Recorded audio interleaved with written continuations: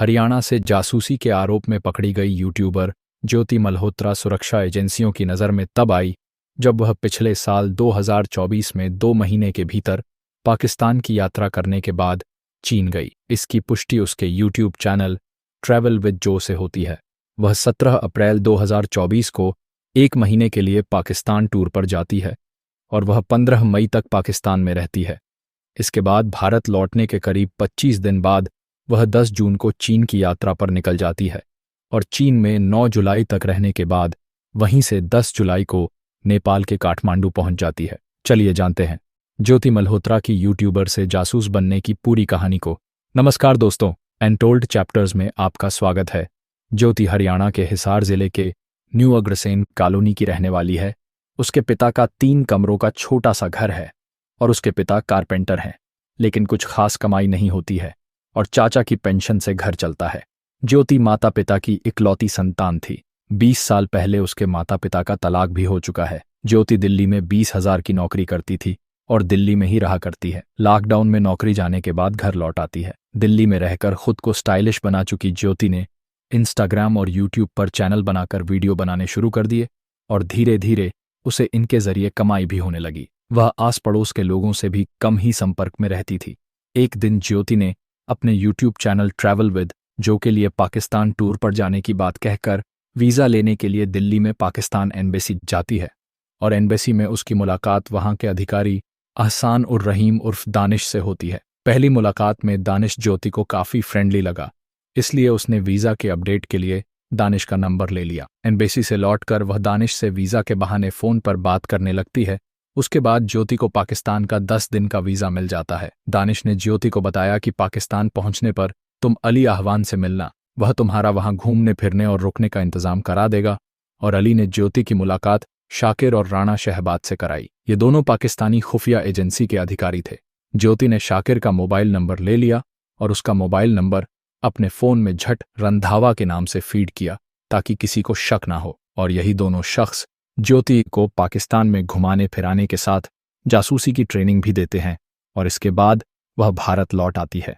इससे पहले वह जब करतारपुर कॉरिडोर के जरिए पाकिस्तान गई थी तो वह पाकिस्तान के पंजाब प्रांत के मुख्यमंत्री व पूर्व पीएम नवाज शरीफ की बेटी मरियम नवाज शरीफ से मिली थी और उसका इंटरव्यू भी किया था। पाकिस्तान एम्बेसी के अधिकारी दानिश और पाकिस्तानी खुफिया अधिकारियों से कांटेक्ट होने कारण ज्योति को पाकिस्तान में वीआईपी ट्रीटमेंट मिलता था।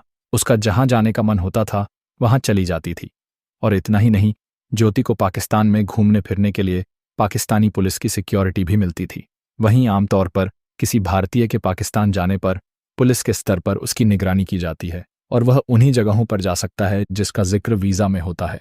लेकिन ज्योति पाकिस्तान में हाई प्रोफाइल पार्टियों में भी शामिल होती थी जहां उसकी मुलाकात पाकिस्तानी खुफिया एजेंसियों के बड़े अधिकारियों से हुई। ज्योति पिछले साल 23 मार्च को पाकिस्तानी एम्बेसी गई थी जहां उसने नेशनल डे पर रखी इफ्तार पार्टी में हिस्सा लिया, जिसका वीडियो उसने अपने चैनल पर भी डाला था। जब वह एम्बेसी में पहुंची तो दानिश ने बहुत फ्रेंडली तरीके से उसका वेलकम किया और दोनों आपस में इस तरह से बात करते दिखे जैसे एक दूसरे को बहुत करीब से जानते हों। दानिश ने उसे अपनी पत्नी से भी मिलवाया और इसके अलावा वहां मौजूद अधिकारियों से भी उसकी बात कराई और इस इफ्तार में ज्योति कुछ चीनी अधिकारियों से भी मिली। ज्योति इस पूरे वीडियो में पाकिस्तानी एम्बेसी में किए इंतजामों की जमकर तारीफ की है और उसने दानिश की पत्नी को अपने घर यानी हरियाणा के हिसार में भी आने के लिए इनवाइट किया।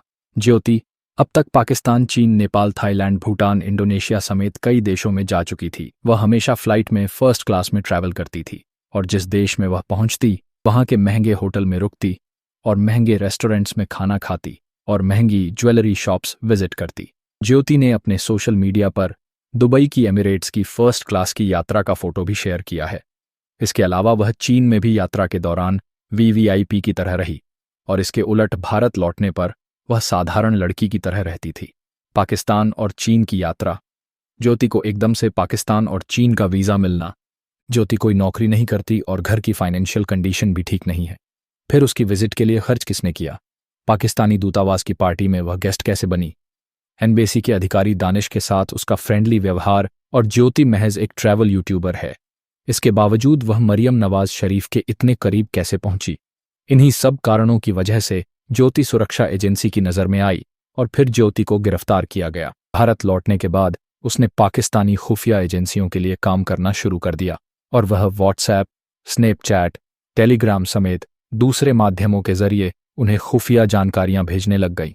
हालांकि उसने पाकिस्तान को क्या क्या जानकारियां दी है इसके बारे में खुलासा नहीं हुआ है। दोस्तों, अगर वीडियो अच्छा लगा तो चैनल ज़रूर सब्सक्राइब करें। धन्यवाद।